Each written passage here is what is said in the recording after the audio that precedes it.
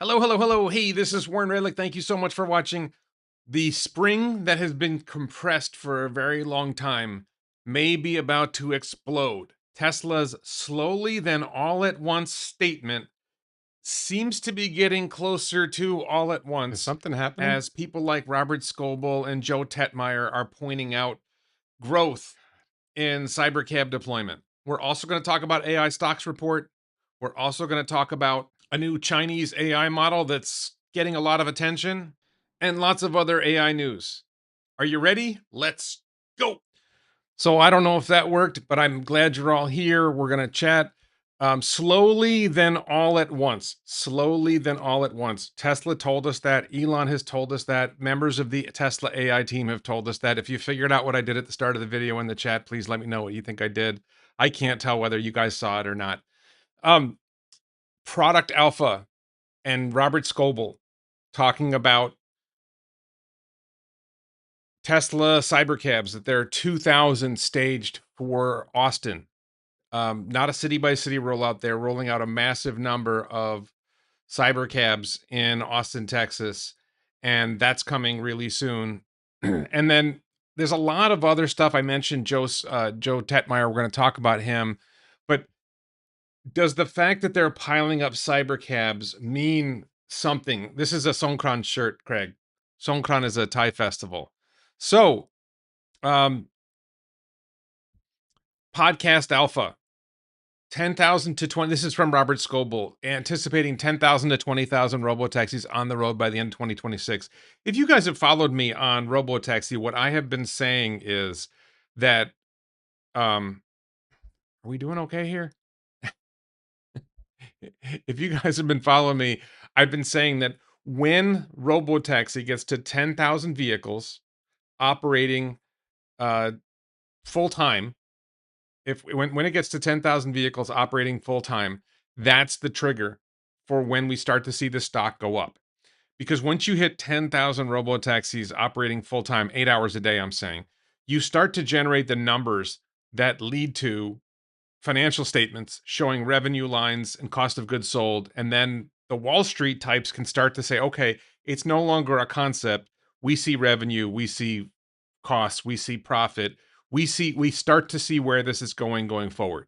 If you have 10,000 vehicles and then they see these numbers and then they say, okay, well, they're going to get to 100,000 vehicles. What are those numbers? They're going to get to 1 million vehicles. Where do those numbers go?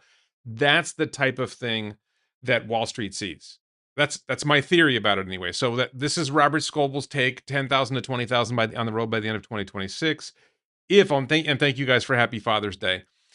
If we're at 2,000 cybercabs out in the wild already, not operating, but in the wild, ready to go, and they spring 2,000 robotaxis in one market, and they've got cybercab robotaxis, and then you've got a whole bunch of other markets that are getting lined up, and they get 2,000 more or whatever. Once you hit 10,000, that's my theory.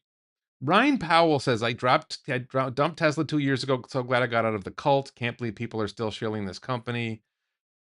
Yes, Stephen Mark Ryan is still supporting Tesla, and I'm sorry that you were damaged by emotionally by your childhood. I don't know. I'm not sure why you're watching a video talking about Tesla if you don't like it. So, but thanks for joining. We love having trolls. so, so Joe Tetmeyer says it's Cybercab Day at Giga Texas. Clear shots, a bunch in the outbound lot sporting Cybercab logos. And you're seeing larger and larger volumes of Cybercabs coming out of Giga Texas. Well, why would they be making more Cybercabs unless at some point they're going to use them? When's the moment when they start running them? And I'm not saying it's tomorrow. I don't know when. What I have predicted before, and I'll stand by this prediction, is I think there's a 50-50 chance that we see a significant, as in the 10,000 number, by the end of this year. Now, Robert Scoble seems to be on board with that. And Robert Scoble tends to be more optimistic like me, so that's not saying a lot. But I would say more like a 90% chance that we see 10,000 robo taxis operating by the end of Q2, by June of 2027, which is a year from now, right? And the key is, if it's by the end of this year, then it might get reported in the Q4 financial statements, which is January of 2027, and that lights the fire. If it really rips, I mean, I don't want to say it's impossible. I think there's a small probability that you see the 10,000 robotaxi number before the end of September. If it happens before the end of September, it might be in the Q3 financials. You might see it in the October financial report, and you might see the stock taking off this year rather than next year. So just for Ryan Powell's, if you're following me, you should know I have not been saying Tesla's going to skyrocket this year. I have been conservative among Tesla fans and saying that Tesla stock is likely to rise in 2027, and my bet has been it's not going to move much this year. This development that we're starting to see more and more cybercabs being pumped out pushes more to, some of us to think, okay, it might happen sooner. It might be the question really is slowly at first, then all at once. When is then all at once? And I don't know the answer to that question. 14.4 says going to take a phenomenal jump in FSD ability to hit September even this year. I don't know why you say that. I don't know why people are skeptical about FSD's performance. There's essentially the goal, the key thing with FSD is not crashing. Everything I'm seeing, they're not crashing. The only crashes that are occurring with robotaxis are them getting rear-ended or hit by other vehicles that are at fault. I haven't seen an at-fault crash, and you're going to have some, right? When you have 10 million miles, you're going to have some crashes that you're going to cause no matter what. We're not going to talk about the merger yet. If we talk about the merger, it'll be later. If there's going to be a merger, which I don't believe in, but that's a whole nother conversation. Let's talk about merger later in the video. So Joe Tetmeyer also, this was June 19th, Cybercab Day. He's seeing cybercabs out in big numbers, some doing test drives, simulated passenger drop-offs, others with large cybercab decals on the doors and rear hatch, linked to Ford. So if you don't follow Joe Tetmeyer already, I would encourage you to follow Joe, at least on X. Watch his videos. He's got a ton of other stuff. I got a little bit more from Joe coming later.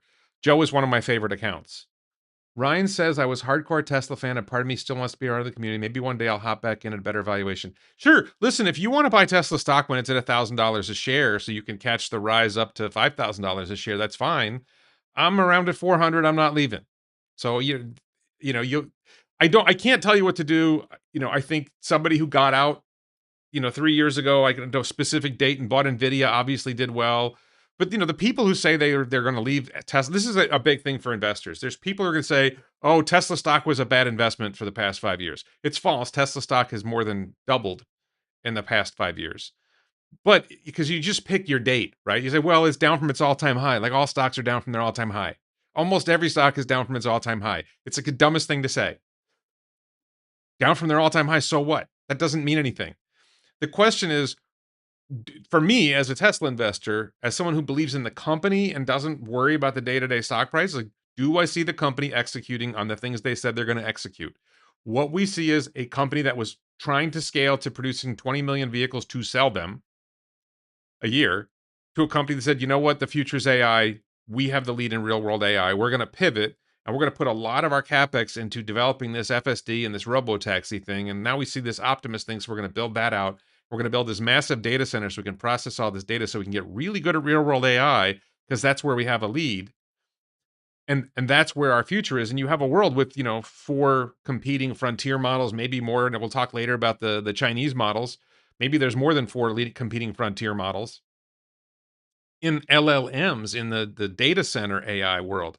But on the road in implementation in the real world, there's only one real world model that of any significance. Tesla has a 5-year lead and they're pushing to accelerate that lead, to extend that lead. So if you understand that that's the goal and that's the strategy, then you accept, okay, we're not going to see it in the financials yet. If anything, we're going to see negatives in the financials because there's all this capex into something that doesn't produce revenue yet. But you can see the cybercabs are coming out. Why are they making more cybercabs? Because they're going to start using them as robotaxis. They're building, the Optimus factory has rises and has 4 floors. Why are they building an Optimus factory? Because the Optimus will eventually produce revenue. The Wall Street types don't see the revenue. So that there's this thing about investing in stocks, right? Are you playing a game where you're trying to make money in the short term? Or are you investing in a company you believe is going to nail it in the long term? And then the hard thing is knowing, like, do you want to play timing games and try to guess when Wall Street figures it out? I haven't figured that out. I don't claim to understand what Wall Street. I have a theory about it, but I don't know. Or do you want to make the bet on what you believe in and trust and hold? Are there any cybercabs taking fares today? I don't think cybercabs are taking fares yet. Thank you, Ryan. I got out of 365 and got into AMD around 120. So AMD, I just made a video about AMD stock about 10 days ago. It did really well. AMD has potential to get really good, but it's also probably the highest, it's the second highest risk stock in the AI stack. It's very high priced. The PE ratio is very high. If everything goes well, AMD and Micron is the other one. They do great. If there's any kind of problem with the growth of AI, if there's a chink in the supply chain, there's some kind of problem somewhere, something goes wrong and the growth stalls, the highest flying stocks fall the hardest. Tesla isn't dependent on that growth in the AI supply chain. So Tesla stock is actually the most resilient of the AI stocks to a supply chain problem with AI because Tesla's success doesn't depend on more NVIDIA chips or more AMD chips or more memory chips. Their growth depends on rolling out robotaxi on the hardware they have now. If they have 2 million robotaxis running, because they have that many Model Ys easily, they have that many hardware 4 Model Ys. If they can run robotaxis with hardware 4 Model Ys, or they can get, they have enough to build, a million Cybercabs before the growth stalls, the revenue and profit story there is already there. So the gains are already there.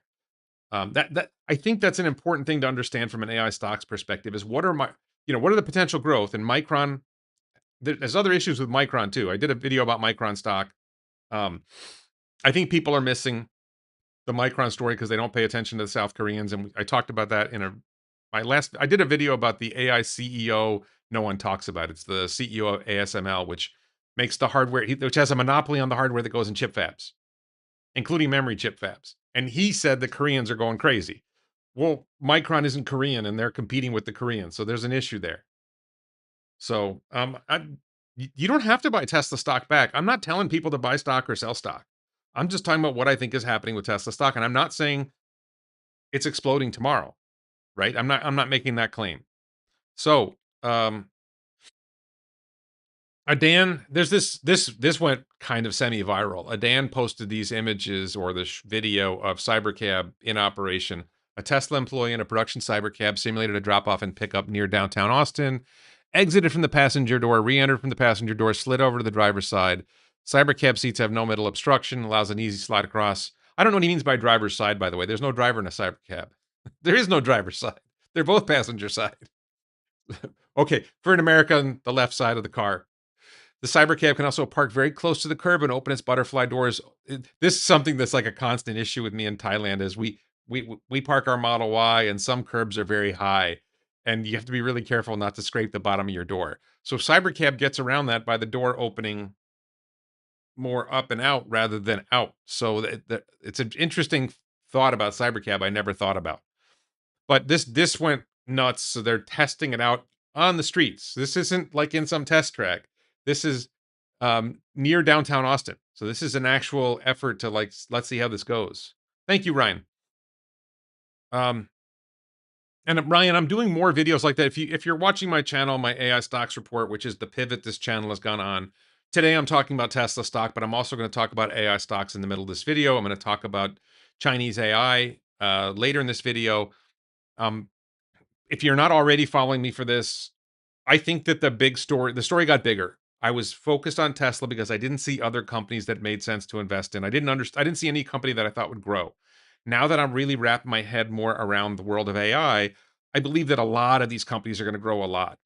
And there's different ways of investing in AI stocks, and I talk about this not daily videos, but 4 or 5 days a week, I do videos about AI stocks, and we talk about different things. I have a bunch of stuff coming.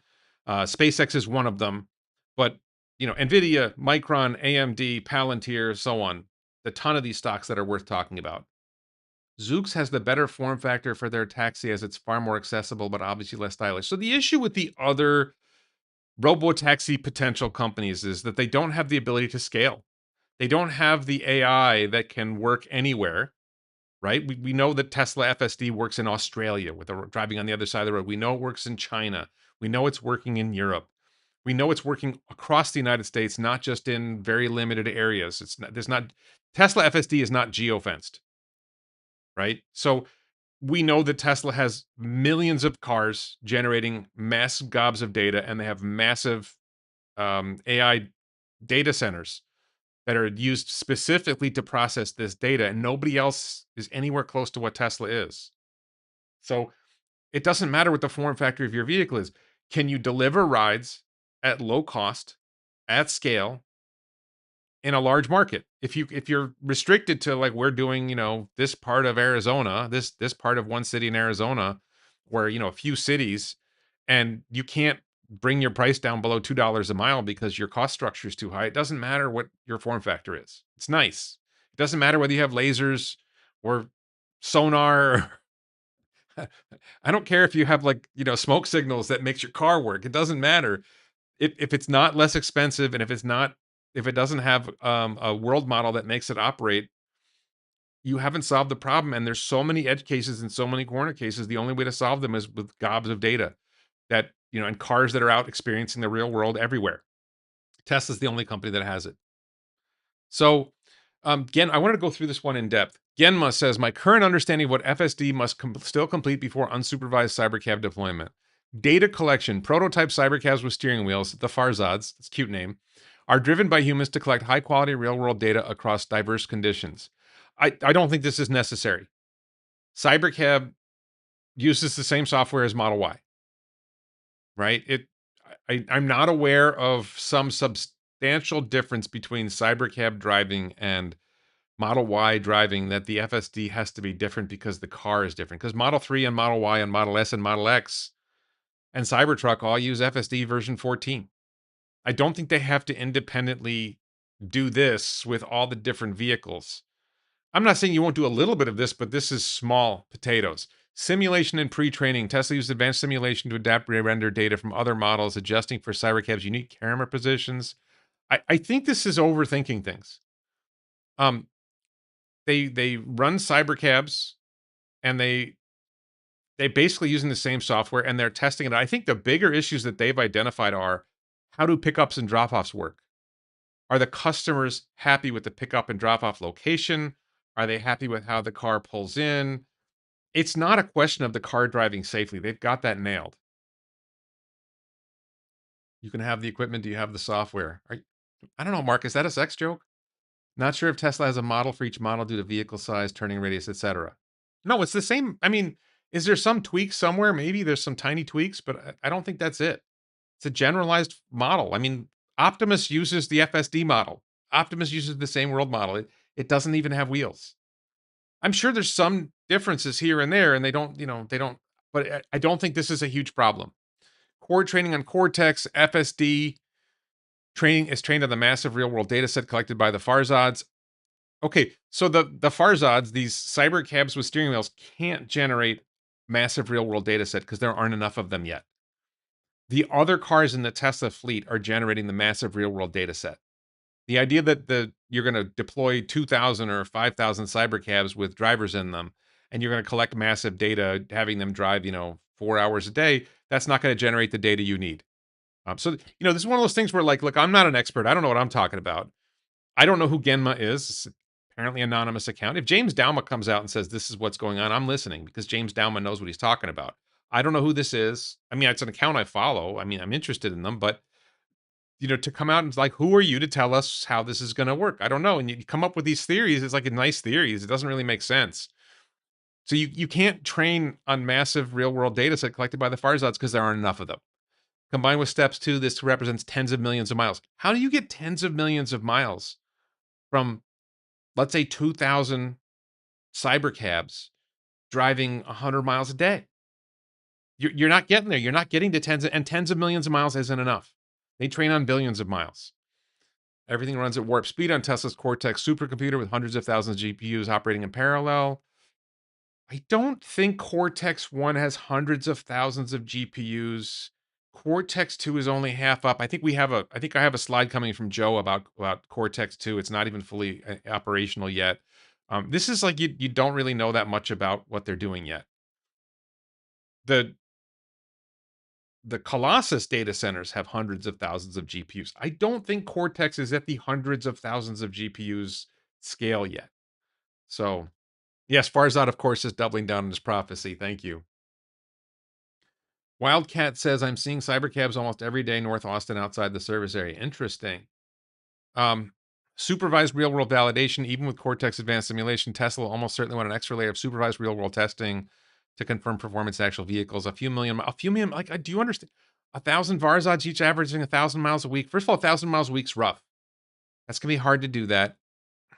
But that's 1 million miles. That's not 3 million miles. It's not a few million miles. So there's a lot of people who have a lot of theories about how this is all gonna work.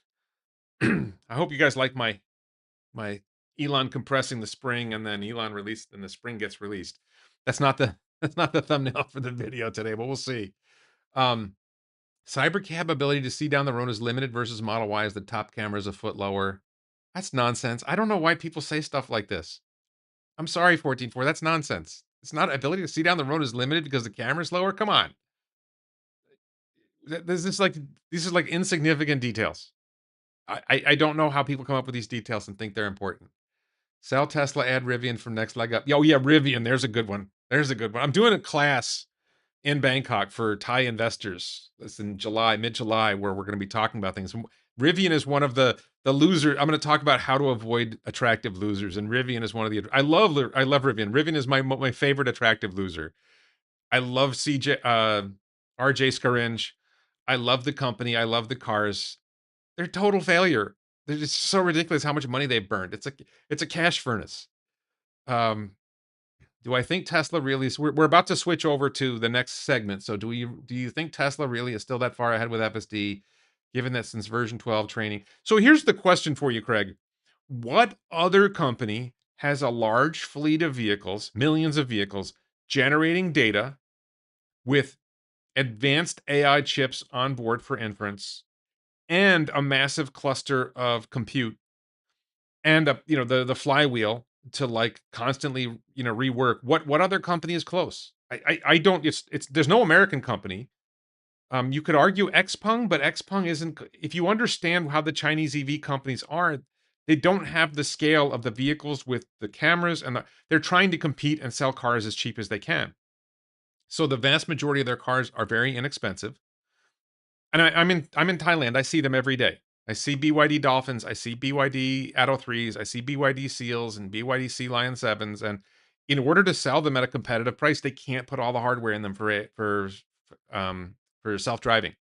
So they're not loading their cars up with, and they're not putting $3,000 inference hardware. They're not putting an NVIDIA $5,000 inference hardware set inside each of these cars that they're selling for $15,000. It's not happening. So Boss USA, I don't know what you're saying. Come on about. Don't forget that even non-FSD cars are collecting trainer for Yes, all the cars are collecting data in shadow mode. But that's the question. Like, if you believe that Tesla's not ahead in FSD and self-driving, tell me who's next.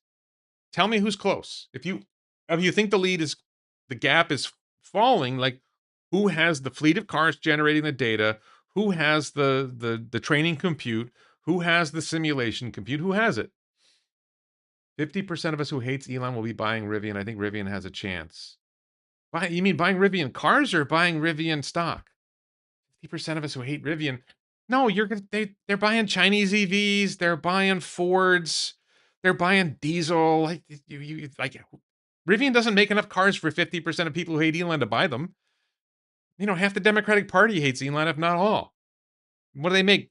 50,000 cars a year? Are they up to 100,000 cars a year yet? I don't think so. Okay, so like Rivian, I think Rivian makes pretty cars. All right, so we're moving on. Um, the AI stocks report. If you're not already following me for this, I cover a bunch of AI stocks. This is the premier tier of AI stocks. This is the second tier. Some of these stocks probably should be in the primary tier. Micron, Marvell, maybe. I deliberately put Amazon, Meta, and Oracle and Microsoft in the second tier. They're the hyperscalers along with Google and now SpaceX. I don't think those companies are not primarily generating their revenue from AI. Right? That's sort of one of the keys is like, are you focused on AI? They all do a lot in AI. Are you generating a lot of your revenue from AI? And they're not, their growth prospects are very big on AI. And there's a good argument that the hyperscalers should be in the primary tier, and they move differently. They move differently from the other stocks. They tend to move to, as you can see, like they're all down on the week, right? All four of them were down on the week, right? They tend to move together. And none of them has a frontier model. Where Google and SpaceX have frontier models. They have Gemini and Grok, which I use every day. I use Grok and Gemini and ChatGPT every day, and I use Claude more and more. I'm using Claude almost every day this month because I'm using it for as a test. Um, Be Nice says, hate Elon. I don't get that at all. So there's a massive propaganda. We're going to touch on that briefly. There's a massive propaganda campaign against Elon for God knows what reason. It's been going on forever, and we just got to learn to live with it, I guess.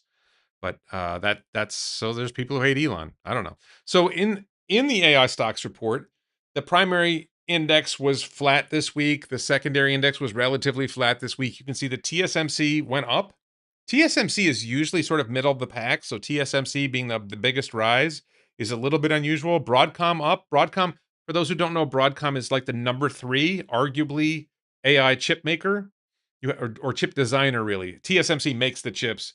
NVIDIA, AMD, and Broadcom design the chips. Broadcom works primarily with Google and has several other customers where they make custom called ASICs that go in data centers that sort of do the same work that the GPUs from NVIDIA and AMD do.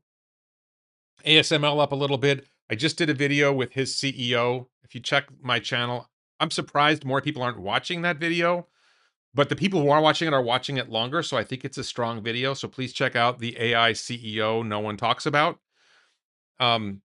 But ASML is the critical player in the AI supply chain, probably the most critical player in the AI supply chain. They make the hardware, the lithography machines that go in every chip fab. They have a monopoly. They're a Dutch company, monopoly.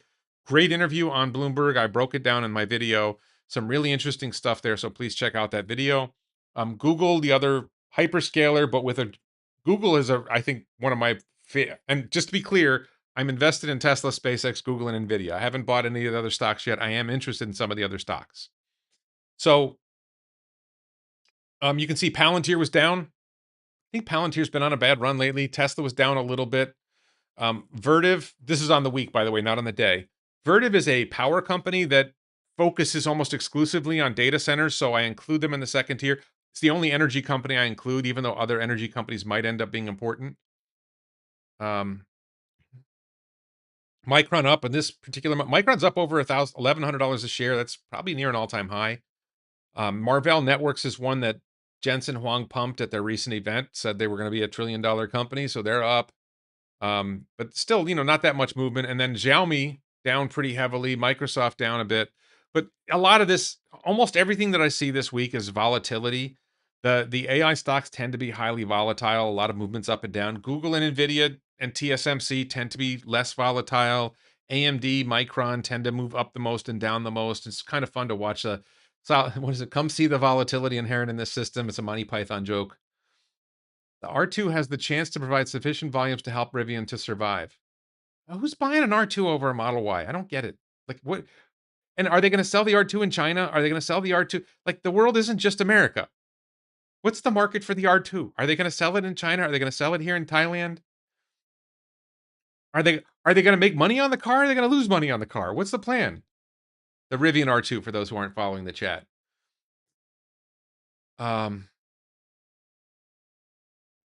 Okay. So, let me just move on here. We covered the AI indexes, and I want to talk about this is probably the biggest news in AI this week. Anthropic was also big news, and this is related to Anthropic a bit. Z.ai introduced a new model, GLM 5.2 Frontier Intelligence, and people are claiming it is competitive with the most advanced models, or some of the most advanced models from Anthropic and OpenAI. I've used it a little bit. I did have a good experience with the chatbot. I haven't used it for coding. I don't think I probably won't use it for coding. But thank you, Charles. But I did use it as a chatbot. I have this thing where I use different AIs every month to talk about my workouts. And I gave Z.ai GLM 5.2, I think it was. Here's my workout for the month so far, which was, it's June 20th, let's say. So it was like it's probably 15 days of workout notes. And I discussed it with it. And I do this with all 4 of the frontier models just to see. And I occasionally do it with like other models just to test, and they usually suck. All 4 frontier models I have pretty good conversations with, and I did have a pretty good conversation with this one. That's my one of my seat of the pants ways of testing these AIs. But and there's a lot of people who are very positive about it. Alex Finn was glowing. Alex Finn, glowing about using it. Now his is interesting. He said, "I have it running 100% locally on my Mac Studio 2-bit quant. Results I'm getting are better than Opus 4.8."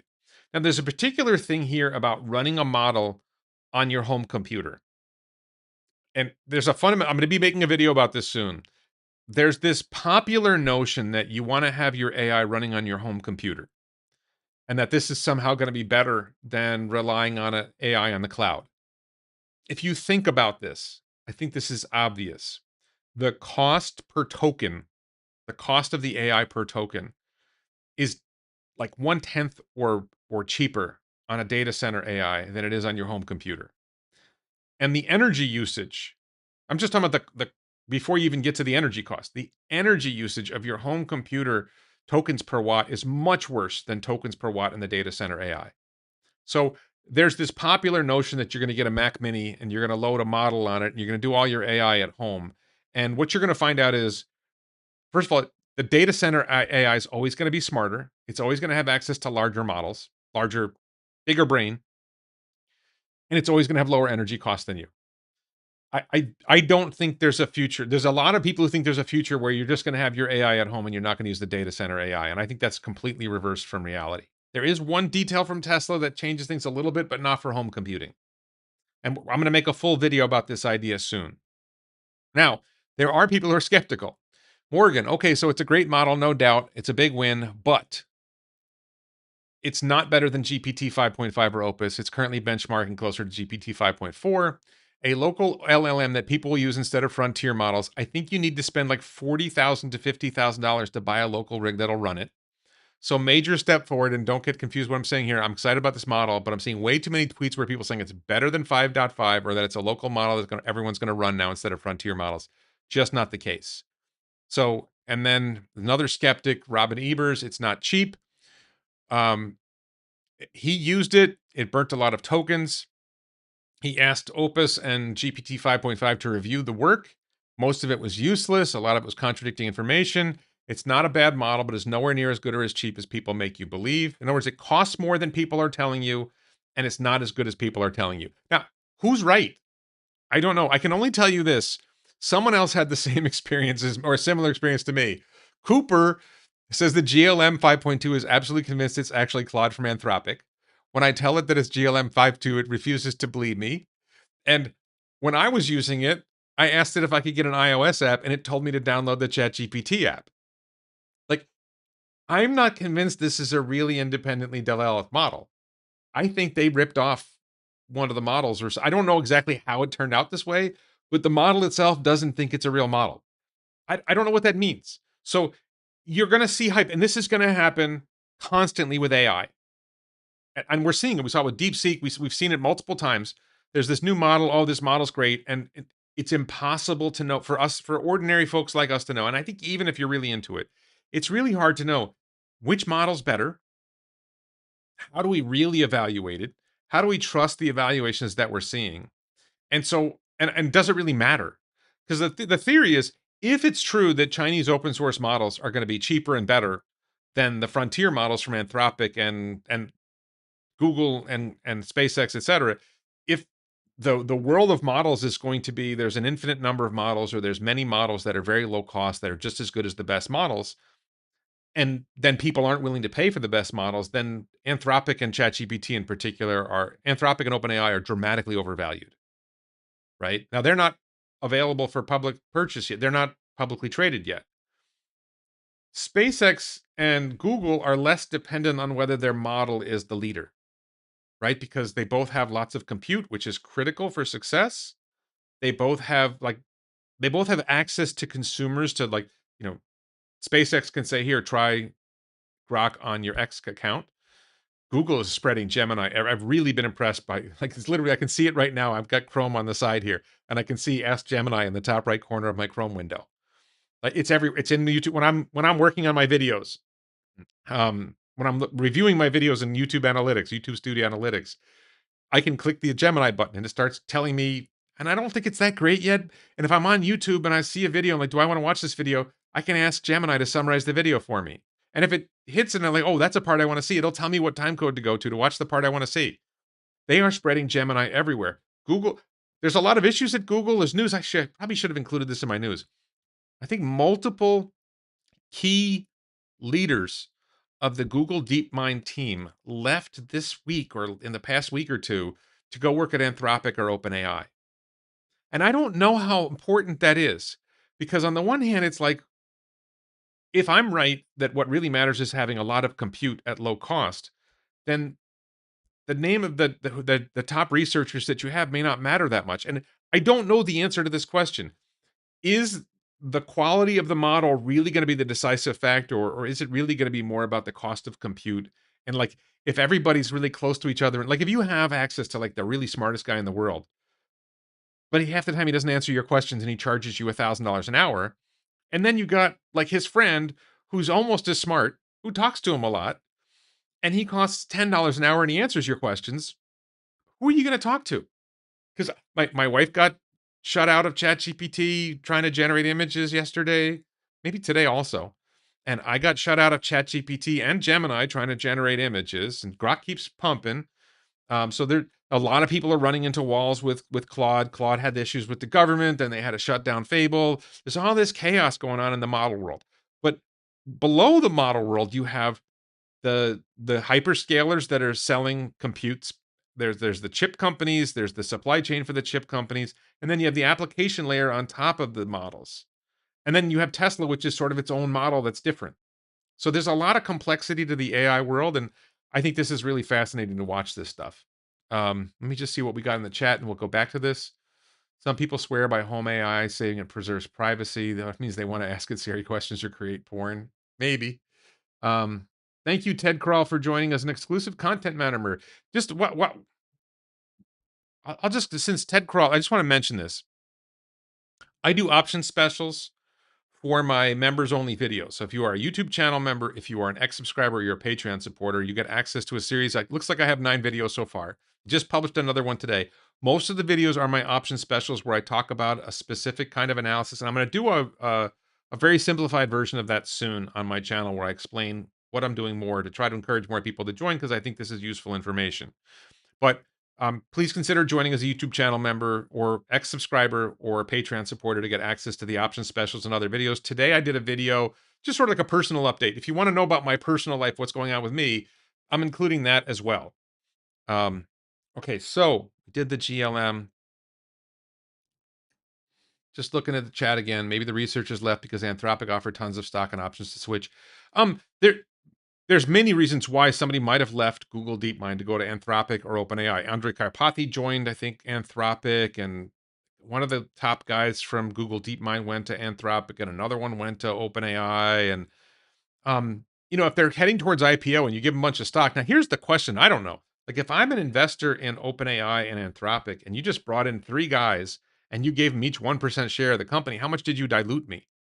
And is this really, because for me, OpenAI and Anthropic are in a trouble because if they don't have enough of their own compute, and it takes them a long time to get their compute online, and they're paying a lot for compute, and their cost is high, and then Gemini and Grok are competitively priced or cheaper, or significantly cheaper, and providing high quality, so Grok, SpaceX acquired Cursor, Cursor's delivering coding very inexpensively, very good model with a lot of great data.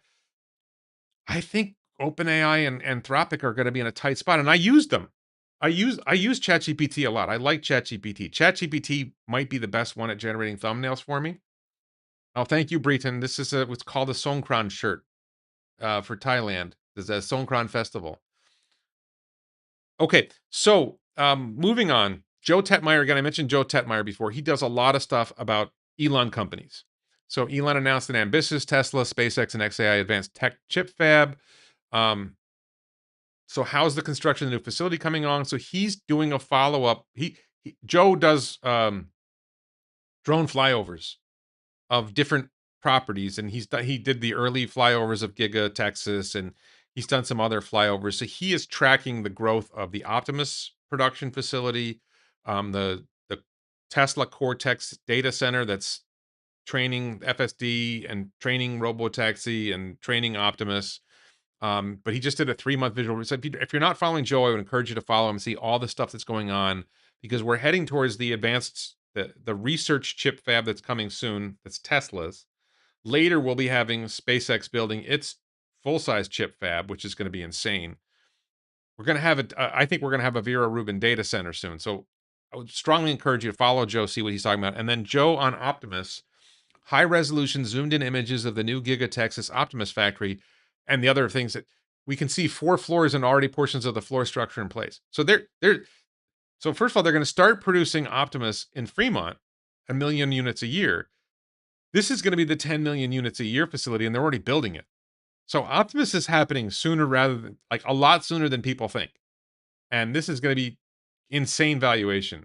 No, this is not a Hawaiian shirt. This is a Songkran shirt. I'm sorry. I have I have Hawaiian shirts too. All right, we did that. We did that. Again, check out the options specials membership. We're almost done with my slides. Another big detail. This is probably one of my favorite pieces of news of the week about Tesla. And I think this is really important for AI stocks in general. Tesla trademarked Megapod. We all know about Megapack. Megapod, it's up here. Basically, it's like a small data center that you can locate somewhere local. It's not, I don't think this is for the home. This is probably millions of dollars. Comprised of computer servers, plural, computer hardware for AI processing. I think the idea is if you have a business that's large enough that uses a lot of AI, you can have local AI at your business and not rely on a cloud. But this is not like your $5,000 desktop. This is like your $10 million, maybe more. This is because one rack of Vera Rubin is like, I don't know, $8 million. So this might be like a $50 million pod or something like that. I don't know what they're going for here, but and some people have theorized, and I think they're wrong, that this is going to go at superchargers that have megapacks. And when the superchargers aren't busy, and big solar panels charging it, when the superchargers aren't busy, they're going to use the free electricity effectively to power the megapod, and that lowers your cost of compute. If you have this space available, you don't have to get a permit for like a monster data center. You just have a pod. I don't know how big the pod is, but maybe the pod is like the size of a truck trailer, and you just truck it into a spot and connect it to solar, connect it to megapacks, and run it. So that's another thing. I don't know what the truth is, what their plan is with this, but they specifically said sold as a unit. So to me, that's not Tesla using it for itself. And I'm not sure who it's sold to, but I think, to me, the idea is big companies that want to have AI on site. Turnkey AI data center, exactly. But it's smaller than a full-scale data center, but big enough maybe to run some of the larger models. I think that's the theory. A large, it's not the running the Chinese AI model on your home computer, right? This is like 1,000x your home computer, or 10,000x your home computer, and it costs a crazy amount of money, but also energy efficient, a lot of other advantages. I think that's what's going on. They have been dead silent on Optimus, which is surprising. I don't know who's been dead silent on Optimus. I think I got a slide coming up about that. I'm going to brag about this one. I posted this and Elon reposted it. So it's got, I don't know, 500,000 views or something like that. Somebody mentioned Elon hate. So there's been this stream of politicians bashing Elon becoming a trillionaire. And we need to tax his wealth. We need to tax his wealth. We need to tax his wealth. So let's be clear about what politicians do with tax dollars and what Elon does with money. 2008, California proposed high-speed rail. 2008, SpaceX had 3 failed Falcon 1 launches and 1 successful Falcon 1 launch near the end of the year. In about the time span from 2008 to just before the SpaceX IPO, investors invested about $12 billion into SpaceX. Taxpayers spent $15 billion on California high-speed rail. Now, $12 billion, it's another $3 billion we'll talk about in a minute that went into 2 of Elon's other companies. But SpaceX has 10,000 Starlink satellites serving 10 million customers and has taken 74 passengers into orbit, not counting the 2 they rescued from the space station that the other company failed to bring home. The best part, then you take the other 3 billion that went into high-speed rail, we got 12 billion in SpaceX. The other 3 billion was Neuralink and the Boring Company. Boring Company takes millions of passengers around Las Vegas, and Neuralink has helped 26 paralyzed people get function back in their lives and is making real progress towards helping paralyzed people maybe eventually walk again, helping millions of people. California high-speed rail has no working track and 0 passengers so far. Here's the best part. If you invested in SpaceX in 2008, let's say you were the $12 billion, what is the $12 billion invested in SpaceX turned into? Close to $2 trillion. What does the $15 billion invested in California high-speed rail turn into? 0. So who do you want managing Elon's money? Do you want Gavin Newsom and the California politicians and the other politicians? That's Democratic Party controlled state. Do you want the Democratic politicians to take Elon's money and put it to great uses like Somali leering centers and railroads that don't have track? High-speed rail that doesn't have track, that doesn't. 18 years ago, they haven't delivered a passenger yet. They don't have track yet. They don't have functioning track yet. They don't have a train yet. 18 years, $15 billion, nothing.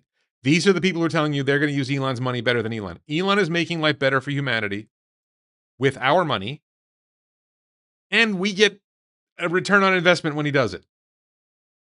14.4, he's a big target. It matters not what politicians do with tax dollars. What matters is how they control public opinion and if they control segments of the government. Yes, but we have an opportunity to affect public opinion. We have an opportunity to let people know. You have an opportunity to let people know. You have an opportunity to respond to these idiots. And we need to let these people know that they're wrong. We need to let the public know that they're wrong. And we need to get the word out. So, all right.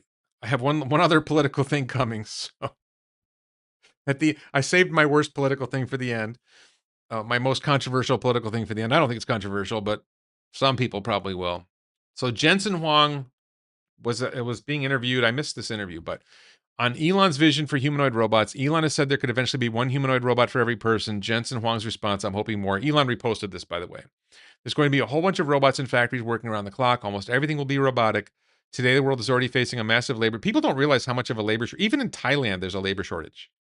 Like, labor's cheap here, but they got people from literally near me.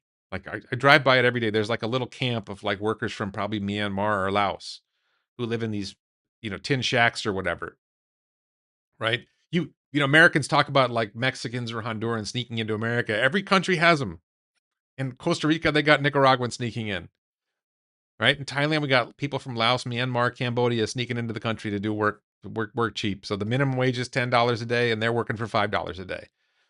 Myanmar was always speak English better than the Thai people. It's funny. But anyway, this stuff happens. So massive labor shortage everywhere. Millions of people short in labor today. We're desperate for robotics so companies can grow. This isn't just about replacing repetitive work. It's about enabling industries to scale beyond the limits of human labor. The robot revolution won't be measured in millions. It will likely be measured in billions. I think I'm going to be doing a video. I do, my channel, I do stock videos and I do AI concept videos. I still talk about the stocks every video. And I think that one of the concepts that's really interesting is, well, I'm going to be doing a video about this soon. Do the AI, we've talked about this AI agent world, which is primarily agents in data centers, but you could see robots taking the same role. Do we start thinking of them as consumers? Do you end up with an economy where agents are selling to each other and they're buyers and sellers and they're producers and consumers and robots are producers and consumers? Do humans end up becoming ancillary beneficiaries of the economy? Are we still the main consumer? I don't know whether you can think of a robot or an agent as a consumer. As someone who studied economics, I would say no, but I wonder if we're effectively going to end up with an agentic economy, a robotic economy, digital and real world economy where they're doing stuff and we're sort of on the side watching and we benefit from it, but maybe they're become their own consumers. It will be interesting how governments tax robotic labor. Take the US, for example.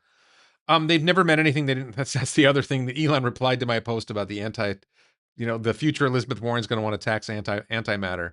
So Elon said we need to have an antimatter tax party, and we'll see. And I say no taxation without annihilation. Yeah, I mean, I really think it's when people talk about taxes all the time, the real problem is governments spend badly. And you can just see it with that California high-speed rail thing. I think we need less politicians talking about our taxing, stealing money from us, and more politicians figuring out how they fix the spending. Thank you, Jim. Another little detail in the AI world. And this is a little detail that people might not get the importance of this, but Lip Bhutan is the head of Intel. Excited to welcome my close friend Sok Hee Lee back to Intel. He's a highly regarded semiconductor process integration expert and successful CEO of SK Hynix. So SK Hynix is one of the two Korean memory makers. So this guy, I guess, was the CEO of SK Hynix. The Koreans are going nuts building memory chips. Samsung is, chip fab also. There's a whole bunch of stuff happening in Korea. So anyway, this leading guy from Korea is coming back to. I think this is the guy from SK Hynix. He's coming back to work with Intel. Intel is a partner in Terafab, so they're going to help Intel accelerate the ramp of our industry-leading technologies. I don't know how big this is. I tend to think that one individual coming from company A to company B may not be that big of a deal. And I think Intel's biggest problem is the internal bureaucracy and can they overcome the internal bureaucracy? But I'm not really deep into Intel, so I don't know. And I'm curious. I'd love to hear from other people. Craig says, as a Tesla holder, are there a few things you're excited about between now and 10,000 robotaxis? Regarding Tesla, no. I mean, I'm always excited about Tesla. I mean, I drive a Model Y. I'm excited every day. I step on the accelerator of the Model Y, and I'm excited. Model Y, so awesome to drive. Such a great vehicle, so useful. I'm excited about Optimus. I'm excited about one of the things we're not talking about is Macro Hard. That they have this digital Optimus concept, and something's going to come out of Macro Hard at some point, and it's going to be like mind blowing, but I don't know when. They're basically going to start replacing. There are companies that their work is primarily digital input in, digital input out. There's companies that manufacture things. That's not what Macro Hard's going after. But there's companies that receive data from a customer and then they output a data back to a customer, or they're just processing data. And there's not a lot of real world physical stuff happening in these companies. And I think the idea with MacroHeart is they're going to identify companies they think they can beat out by using digital agents in place of humans. So I think I'm excited about that, but I don't know when we're going to see the results of that. Didn't the new Intel CEO fire the middle management for restructuring? I don't know. This is my point. I don't know exactly what's happening inside Intel. I don't know how momentous that's going to be. No, and my Model Y doesn't drive for me. Actually, I just messaged Tesla Thailand today to ask. I thought the cutoff for buying FSD was the end of March, and somebody told me the cutoff is the end of June, and I may be about to burn $6,000. I think it's 240,000 baht, which I think is around 6,000. I may be about to burn $6,000 and buy FSD for the car, which I didn't buy initially, but I think it may be happening soon in Thailand, and I don't want to miss it. So, okay. The political thing I was going to talk about. There's a stream I'm seeing on X, and maybe it's because of my activity on X that the algorithm serves this to me. I'm seeing an ever-growing stream of anti-Israel posts and anti-Israel content. And I'm gonna if you are critically say, well, I'm not anti-Semitic, I just don't like Zionism, or I just don't like Israel, what Israel's doing. It's like, okay, fine. Here's my question for you. Read this. This is Hezbollah. They explicitly state they reject any peace treaties, permanent ceasefires, or recognition of Israel. Their stated objective is the total obliteration of the Zionist state from the Jordan River to the Mediterranean Sea. So, if you understand the people that Israel's fighting in southern Lebanon and the people that Israel's been fighting in Gaza, Hamas, they won't accept any peace treaties. They won't recognize Israel under any circumstances, and their goal is to kill as many Israelis as possible and wipe the state off the map. What's your proposal for how Israel should deal with these people? And when I ask people this question, they shouldn't blow up apartment buildings. Trump just said that. Well, they shouldn't blow up apartment buildings just to get one guy. What did we do in Hiroshima and Nagasaki? There's a war. There's a group of people who have dedicated themselves to destroying your country. And they're killing people every chance they get. They're killing other people for fun. They killed 30 Thai people and 10 people from Nepal on October 7th. I swear people don't know this. They killed more than 30 Thai people on October 7th. They killed 10 Nepalis. They had a bunch of hostages. One of the Nepali, I think there was one Nepali hostage, and he died in their custody. Custody.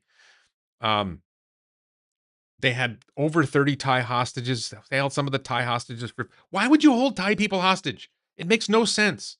Okay, so what is your solution to dealing with these people? I'd really like to ask this for the people who are concerned about it, how Israel is handling the situation. How would you handle it? They walked out of Gaza in 2005. What was the end result? Gaza got taken over by Hamas, who just endlessly attacked Israel. Right? Wait, what's the solution? What solution do you have? So 14.4 says Israel can do what they want, but the U.S. taxpayers should not be funding it. Very popular thing. Do you think the United States should withdraw all our troops from Europe, Japan, and South Korea? Are there people out there protesting saying the United States should bring all our troops home from Israel, from Japan, South Korea? We have 800 bases around the world. Do you think we should withdraw our troops from everywhere? We spend a lot more money defending Europe, Japan, and South Korea than we spend supporting Israel. And most of the money we spend supporting Israel really just funds American defense contractors. So but I'm going to say this again. Fine, look, I agree with that, by the way. I think the U.S. taxpayers shouldn't be funding any of it. I believe in zero foreign aid, and I believe the United States should bring all its troops home. Is that your position, 14.4? Do you think the United States should bring all its troops home and give zero foreign aid? Because if that's your position, that's a consistent position. I support that. I agree with you 100%. But then don't talk about Israel. Talk about the whole thing. I think they should annex Gaza and integrate the people into Israel. You didn't say anything about bases. That's my whole point. The U.S. taxpayers are funding bases all around the world, and the only concern you have is the U.S. funding Israel. Well, Israel is being attacked. Israel is our ally. Israel is being attacked. South Korea faces off against North Korea. We're risking nuclear war to protect South Korea from North Korea. We're risking nuclear war to protect Japan from North Korea. I just live happily in my apartment. So, well, if you're going to let them fight, then stop complaining when they fight. But, Mark, you're not the problem. Mark and I agree on this. So, but they can't annex Gaza. If they annex Gaza, everyone's going to complain about that. They can't integrate the people in Israel. The people in Gaza want to kill Jews. That's their goal. You're being pathetic as the people you criticize by changing the question and they providing the answer. Well, what's your solution, 14.4? Look, I'm talking about the people who are saying that they're anti-Zionist and they want Israel to stop doing what they're doing. What do you want them to do? Hezi, don't surf. I don't know what that means, but I like it. What do you want Israel to do? What's your solution to the problem? And if your solution to the problem is the United States shouldn't fund it, what else shouldn't the United States fund? Why do you pick one thing? Why is the only thing the United States shouldn't fund our country, our ally that is being attacked by radical Islamists who want to destroy America too? I think more money was wasted on Leering centers than spent on Israel. Probably not. We probably spent more money on Israel than we spent on Somali Leering centers. It's a good question, but I don't think we spent that much on Somali Leering centers. So this is, I wish people would understand what this is. Hezbollah they don't just want to destroy Israel. They want to destroy Western civilization. And you are a part of Western civilization. I would encourage you to look into who Hezbollah is, who Hamas is, what they stand for, what they want, what the Iranian regime wants. They want to destroy Western civilization, and they're not hiding it. So I just, and just saying, well, I don't want to fund it. Fine. Well, what else should we not fund? Too many emojis are messy. Okay, I wanted to get that out there. We've hit our hour. I want to thank everybody for watching, and I, if you haven't gotten angry at me yet for my pro-Israel, anti-Hezbollah post bit, please consider supporting me as a YouTube channel member, as a Patreon supporter, or as an ex-subscriber.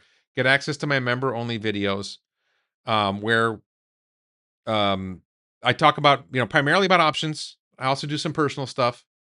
I came for Tesla stock. What is going on? Well, most of the video, SNJ, was about Tesla stock, and I had a couple of bits of politics at the middle and at the end.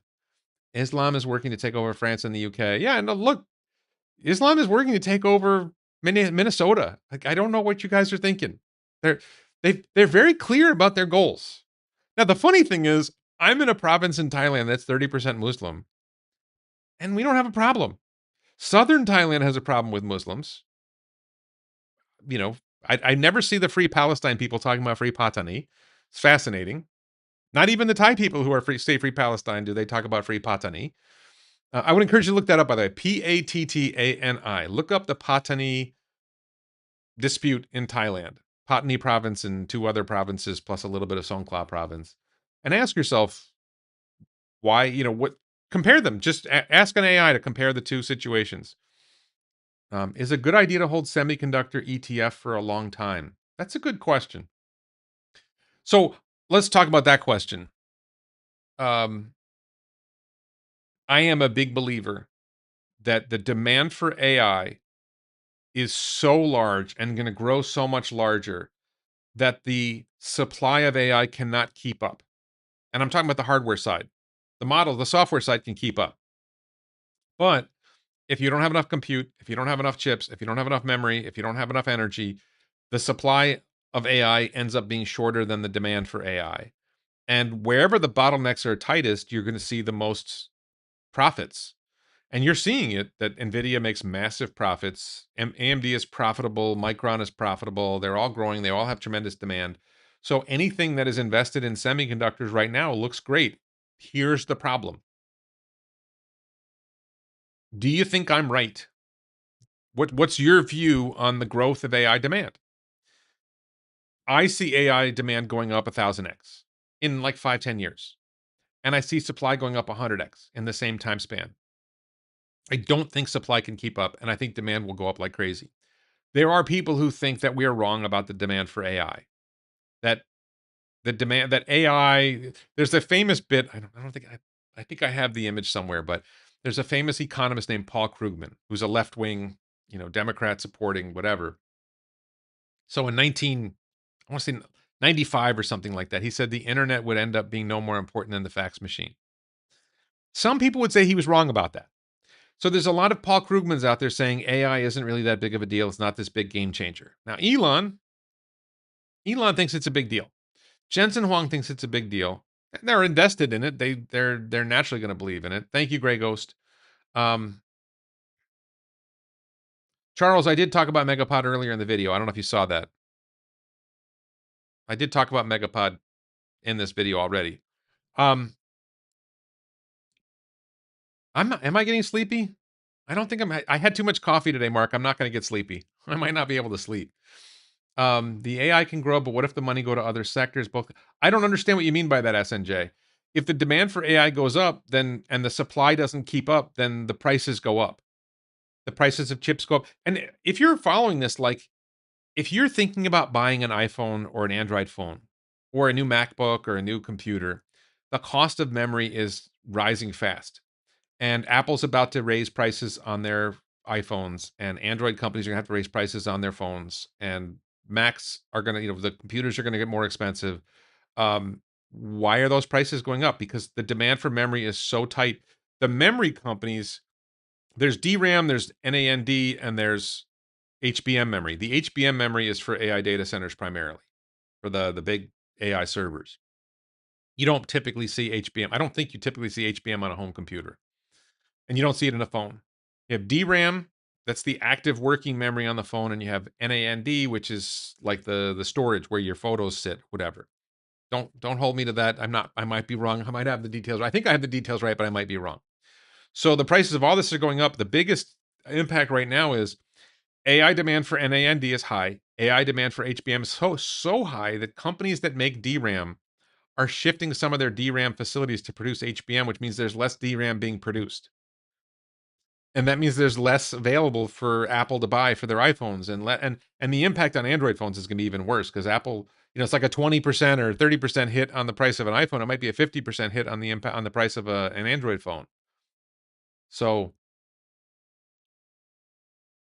Tesla and SpaceX are in the chip business too. Yeah. So if Terafab takes off, I don't think Tesla and SpaceX's plan is to sell chips to the public. It's to make sure they have a sufficient supply of. They're going to make GPUs or GPUs, CPUs, logic, and memory in their own fab, so they don't run out, right? Because they're competing to buy this stuff with everybody else, and if they end up making their own, they have enough. I think they see their demand is so large that they won't be selling chips. They're just going to be able to have sufficient supply to do the business they want to do. Thank you, Grokdex. There's only so much wafer capacity. So that in the ASML video that I did, um, please check my channel. The CEO of ASML talked about the Chinese have some huge project to make millions of wafers. That not the Koreans, the South Koreans, Samsung and SK Hynix in partnership with the Korean government. There's some plan to make millions of wafers. So there's more wafers coming, but for the Koreans to make memory chips and Samsung to make other chips. Can China make the AI so cheaper than the USA? S&J, I talked about Chinese AI earlier in this video. Um, what I've seen so far is that you'll see a story about a Chinese model and it's as good as the American frontier models. And that story pretty much dissipates quickly and you have the initial story and it sounds good and then when people dig in they find out, oh, it's not really as good and oh, it's costs more than people think. They're elite models, and where are they running their compute? If they have a great model, but it's running on American compute, then the American compute is expensive. How are they getting cheaper? So there's a long term. China will figure out lithography. China will figure out how to make chips at scale, and China has more energy. So I think 5 years from now, this is a wild guess. This is not like certainty. I think 5 years from now, China may be close to catching up. The thing is, it's not a moving target, right? And the Chinese are having problems getting a lot of this stuff down. But 5 years from now, maybe it's 6 years or 8 years, whatever. But China will catch up on the chip side, and they're going to be ahead on the energy side. And there are going to be less restrictions on building data centers in China than there are in the US. So I think China will ultimately. And then the question is, does SpaceX's orbital AI data centers probably are already bigger than what China can build, and SpaceX ends up dominating compute. We'll see. I don't know. SanDisk. I've been meaning to look into SanDisk. I don't know how much of SanDisk's business is AI related, and that's why I haven't covered it so far. Um, my total energy cost for everything last month was $39. Interesting. The issue isn't that China can do AI cheaper. The issue is who would I trust it? Who would trust it? It depends what you're doing. Like if you're using AI like I'm building language apps. Do I care whether my language learning apps are built by a Chinese AI or an American AI or a Korean? I don't care. If you're using sensitive data, then I don't know if I trust any of them. There's people who've got agents like looking at their brokerage accounts and their email. I don't want agents in my email or my brokerage account. Hell no. I don't care. I certainly don't want Chinese ones in there, but I don't want American ones. I don't want OpenAI in there. Oh, Grokdex, thank you for asking about that. What about the merger thing? So there's endless talk in the Tesla community and only in the Tesla community about a merger with SpaceX. The SpaceX people don't talk about merging with Tesla, by the way. It's only the Tesla people who talk about a merger. I've never seen like the long-term SpaceX fans talking about the merger. It's only the Tesla fans who talk about the merger. If you notice that, like I don't see Scott Manley talking about the merger. I don't see Tim Dodd, everyday astronaut, talking about a merger. It's only the Tesla people who talk about the merger. That's what I see. Um, so I think that the idea of a merger is interesting. I think that the benefits of a merger are overstated by the people who are pushing it. I think that the complexity of pulling off that transaction is much bigger, much more difficult than people are thinking. The regulatory complexity, the what is China going to think when one of America's largest, most important defense contractors owns a car factory in their country and is running cars around with cameras in their country? Is China going to like that? And there's a lot of complexity there that I think people are understating. There was a good question here. A comment from Nazi Druk.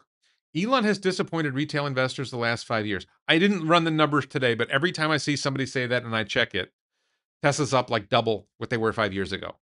So you can pick a moment 4 years ago, 4.5 years ago, when Tesla was at an all-time high and it's down from its all-time high. Find me a stock. If you looked at all the companies on the stock market, probably 95% of them are below their all-time high. So what is that? Is that meaningful? The issue with Tesla is the stock price where you want it to be. The issue is, are they executing? Have they developed a good plan? Are they executing on the plan? And what I see is a company that recognized that the future of selling EVs as a business model and selling energy, storage as a business model was going to lose to Chinese companies that are going to make AI and they're going to make EVs and going to make energy storage cheaper than you can make it at scale. And they're going to be willing to lose money endlessly. And Tesla did not have a big enough lead in making cars and making energy storage devices to be able to make that a very profitable company. They'd succeed, they'd do okay, but they wouldn't be able to grow. And Elon saw the AI wave coming and he said, I'm going to change, I'm pivoting. So there was a pivot. And if you didn't understand the pivot, they told us many times that they're pivoting to becoming an AI company that's going to focus on robotics, autonomy, robotics, and they're doing it. And they're executing well on the pivot, but it doesn't produce revenue and it's not producing revenue yet. And you either see it or you don't. Yes, Larry Goldberg is hyped on it. He's a SpaceX holder. He's not a SpaceX guy. He wasn't doing videos, talking on videos about SpaceX for the last 4 or 5 years. He's been talking about Tesla the last 4 or 5 years, and he happens to own some SpaceX stock. That's not the same, or he owns, a fund that's invested in SpaceX stock. That's not the same thing as being a SpaceX guy. Um, yeah, and now I'm a SpaceX investor, right? Because I have 100 shares. I have like 5,000 shares of. I'm making up the numbers, but I have like 50 times as much. I have way more than 50 times as much Tesla as I have SpaceX, but I'm a SpaceX guy now. And I've been making videos about SpaceX all along, right? My first big video on my channel when I started going on this direction was a SpaceX video. Um, GM just moved into home energy storage. Okay. Yeah, that. I don't think there's a I don't think Tesla has a big enough lead in that. Like Tesla clearly makes superior cars to everybody else. For me, like and I know people who own Chinese EVs who think Teslas are superior. Like I met a Deeple guy who wanted to trade. Right? Deeple is a Chang'an Motors brand that they make like a high-end brand EV, and he wanted to trade. They all know that Teslas are better. You might not realize it. The Chinese people know Teslas are better. What other CEO is so transparent, driven, and humble makes him an easy target for criticism and create? He'd be a target anyway. Jeff Bezos was a target before. Jensen Huang's becoming a target. They target everybody. The only ones they don't target are the ones who bend the knee. So Dario Amodei bends the knee and the Democrats don't pick on him. And he can become a 100 billionaire and they wouldn't say a word because he funds them. Reed, what's the guy's name? Reed Hoffman or something like that from LinkedIn. He supports the Democrats. They don't say a word about him. George Soros, they don't talk about George Soros being a billionaire, being a bad guy. They love him. So Koreans know Teslas are better too. I can't speak to the Koreans. I haven't had that conversation. I don't know how good the Hyundais are. I don't think we see the Hyundai EVs here in Thailand. What's the likelihood? I think if we do there, they have a very high tariff. What's the likelihood SpaceX buys Tesla? What about the people who want the companies separate? What happens to Elon's tranche goals? Um, Look, Chamath says it's a 99.999% chance this happens.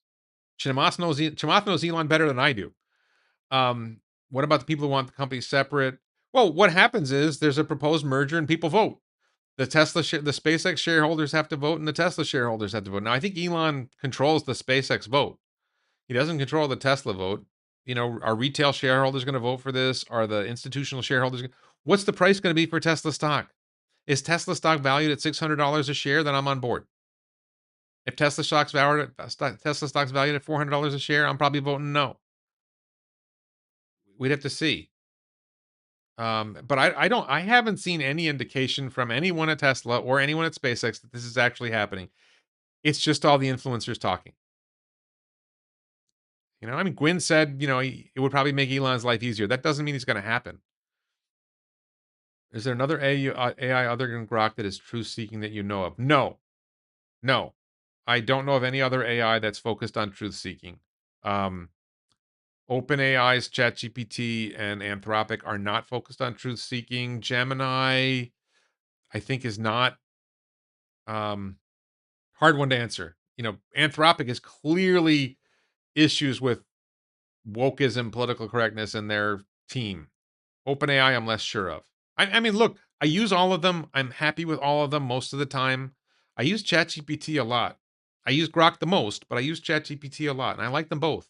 And I use Gemini a lot now. I'm paying for all three of those. I don't pay for Claude yet. 2030 SpaceX hits 1 trillion revenue, which might include Tesla. So yeah, I mean, we could talk about SpaceX again, but um, The path to high revenue for SpaceX is pretty obvious. And I think the big question that we're going to find out in the next 6 months or less is where's the money going? They've got $80 billion or so in money coming in from the IPO. Where are they putting that? I think the 20 billion is going to pay off some debt. Maybe I'm not sure they need to pay off the debt or they can't reschedule the debt. I'm pretty sure they want to build a Vera Rubin data center. They want to invest in Terafab, but I don't know that the SpaceX Terafab facility needs the investment yet. That might come later. They want to build out production of the next generation Starlink. I think they have enough capital already to build out Starship V3, so I don't think that's a huge issue. So where's that money? I think a big chunk of that money is going into a Vera Rubin data center soon, and that will be printing cash. There's a shortage of compute, and if they can put together a Vera Rubin data center, that might generate 10 times the revenue of what Colossus is generating now, and that would be a big cash machine printing money, so they can use that to build all the other things they want to build. So that's my theory. How is it possible for any AI to be truth seeking? Would be a great question to ask Musk. The issue is that you have to understand the concept of ground truth. When you have Tesla AI is truth seeking. We should have said that. Tesla AI is truth seeking. Ground truth is what's actually happening, what's actually going to happen. Tesla's AI drives around the road every day. The FSD drives around the road every day, and it's trying to predict it's trying to identify every object that it sees, identify where it's located, and identify where it's going to move. And its goal is to be correct about where everything is and where everything's going to move, so that when it navigates, it moves in a way that doesn't hit anything. That is a truth-seeking AI. So the question is there a ground truth in what a large language model does, what a frontier data center model does? Is there a ground truth in the world that you can identify? Here's what's true and here's what's false. It's not the same, right? Because you don't have the same real world consequences for your actions when you make predictions. But what are they doing? They're predicting the next word, and they're predicting the next token, they're predicting the next pixel. So the goal is to try to be accurate in your predictions. So, truth seeking effectively for an AI is being accurate in your predictions. And if there are predictions that are true that have a negative implication for a particular race or a particular gender or a particular gender ideology or whatever, or a particular political viewpoint, and the people controlling the AI don't want it to say that truth, that's a non-truth seeking AI. If they implement controls or guardrails on their AI to prevent it from saying the truth about something that is actually true, then you have a problem. So XAI's goal, SpaceX's goal, is a AI that seeks the truth regardless of whether it's offensive, whether somebody's offended. And the other companies are controlled by people who are afraid of offending people. That I think is fundamentally the difference. People are tracking SpaceX to Tesla price ratio. I don't know. Okay. So, all right, I've gone much longer than I intended. I want to thank everybody so much for watching. I'll one last time I'll say, please consider joining as a YouTube channel member, an X subscriber, or a Patreon supporter to get access to my. I can see your arm, love. To get access to my members only videos where I mostly talk about about options for AI companies. And I also just published today a video, sort of like a personal update, what's going on in my life that I think people might enjoy if you want to know more about me. So please consider supporting and then thank you, and also to Mark and Jim's Gone for moderating the chat, and Grokdex and other channel members for being here and supporting me. And we'll talk to y'all again soon.